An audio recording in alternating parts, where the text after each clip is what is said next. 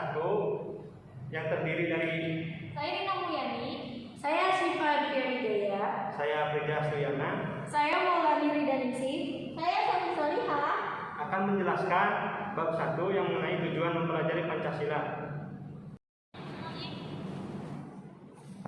Nah, yang pertama ada tujuan mempelajari Pancasila ya. Jadi dasar negara Republik Indonesia itu adalah Pancasila yang terdapat di dalam pembukaan Undang-Undang Dasar 1945 dan secara resmi disahkan oleh PPKI pada tanggal 18 Agustus 1945. Kemudian diundangkan dalam Berita Republik Indonesia tahun 2 nomor 7 bersama-sama dengan Batang Tubuh Undang-Undang Dasar 1945 menjadi tanggung jawab bersama sebagai warga negara untuk selalu mengkaji dan mengembangkan Pancasila. Jadi setiap warga negara itu wajib untuk mengkaji dan mengetahui Pancasila. Berikutnya ada landasan historis. Bangsa Indonesia terbentuk pada proses yang panjang, mulai dari zaman Kerajaan Kutai, Sriwijaya, Majapahit sampai datangnya penjajah. Bangsa Indonesia berjuang untuk menemukan jati dirinya sebagai bangsa yang merdeka dan memiliki suatu prinsip yang tersimpul dalam pandangan hidup serta filsafat hidup. Dalamnya tersimpul ciri khas, sifat karakter bangsa yang berbeda-beda dengan bangsa lain oleh para pendiri bangsa kita atau the founding fathers, dirumuskan secara sederhana namun mendalam yang meliputi 5 prinsip atau sila dan diberi nama Pancasila. Berikutnya ada landasan kultural. Jadi bangsa Indonesia itu berdasarkan pandangan hidupnya dalam bermasyarakat, berbangsa dan bernegara pada suatu asas kultural yang dimiliki dan melekat pada bangsa itu sendiri. Nilai-nilai kenegaraan dan kemasyarakatan yang terkandung dalam sila-sila Pancasila bukanlah merupakan hasil konseptual seorang saja, melainkan merupakan suatu hasil karya bangsa Indonesia sendiri yang diangkat dari nilai-nilai kultural yang dimiliki melalui proses refleksi filosofis para pendiri negara. Selanjutnya ada landasan yuridis. Landasan yuridis atau hukum. Perkuliahan pendidikan Pancasila di perguruan tinggi diatur dalam Undang-Undang Nomor 2 Tahun 1989 tentang Sistem Pendidikan Nasional.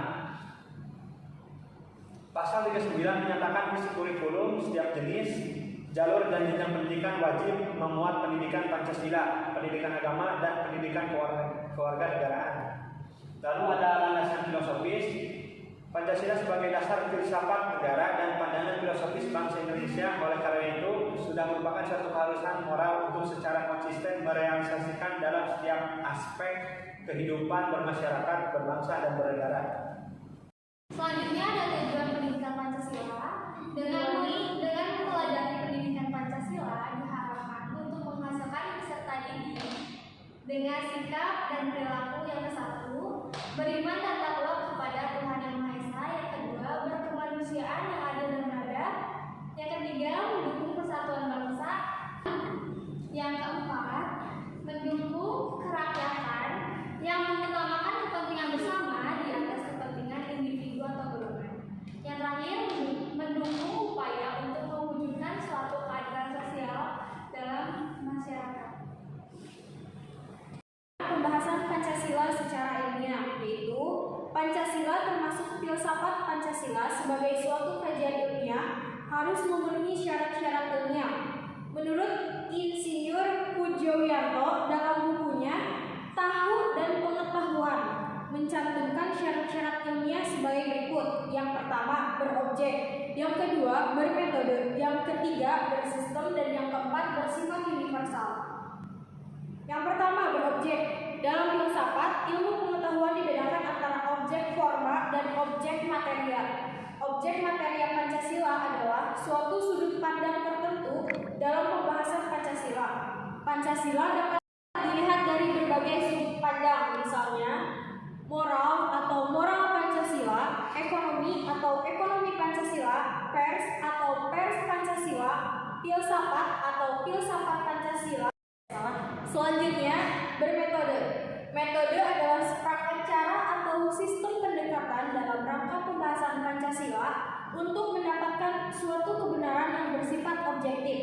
Metode dalam pembahasan Pancasila sangat tergantung pada karakteristik objek forma dan material Pancasila. Salah satu metodenya adalah analitiko-sintetik, yaitu suatu perpaduan metode analisis dan sintesa. Selanjutnya bersistem.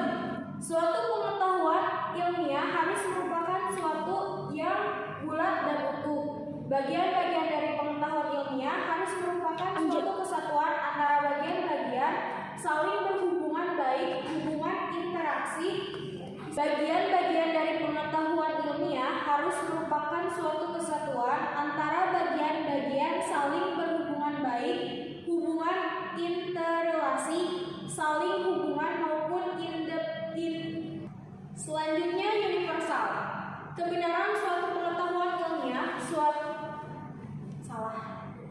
Selanjutnya universal. Kebenaran suatu pengetahuan ilmiah harus bersifat universal. Artinya, kebenarannya tidak terbatas oleh waktu, keadaan, situasi, kondisi maupun jumlah.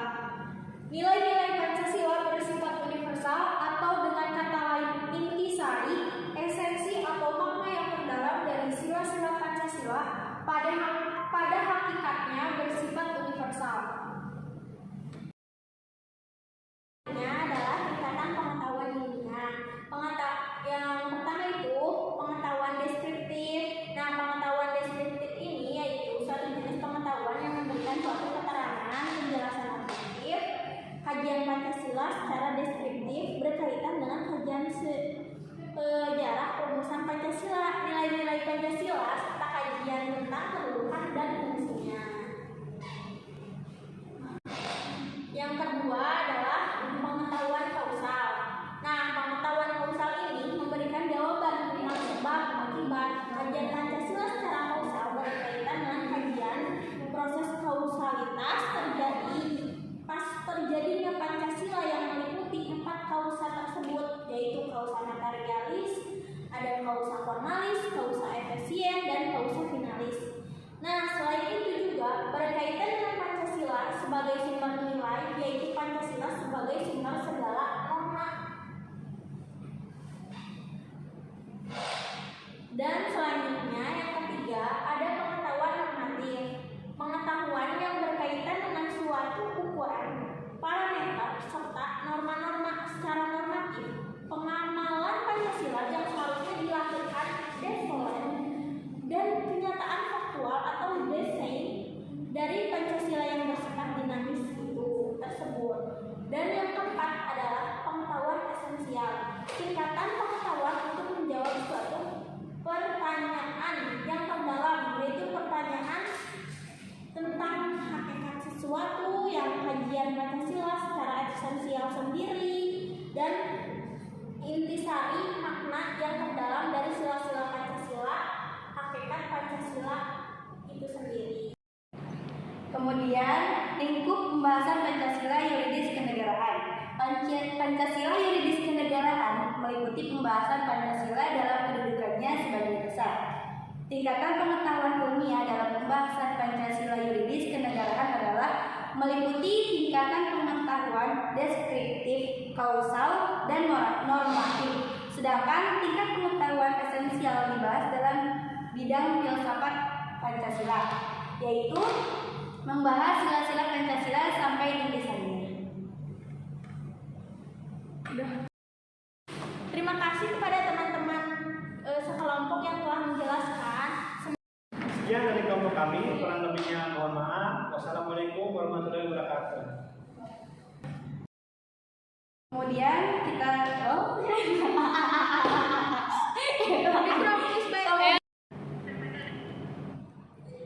selanjutnya ada dan ada. Yang ketiga mendukung persatuan bangsa. Wih, mana aku suri? Gimana mau? Suri aku tadi. Berarti bagian keempat tinggal di-cut. Yang keempat mendukung kerakyatan. Semoga teman-teman subscriber saya mengerti dan paham akan penjelasan mengenai tujuan pelajari Pancasila. Jangan lewat.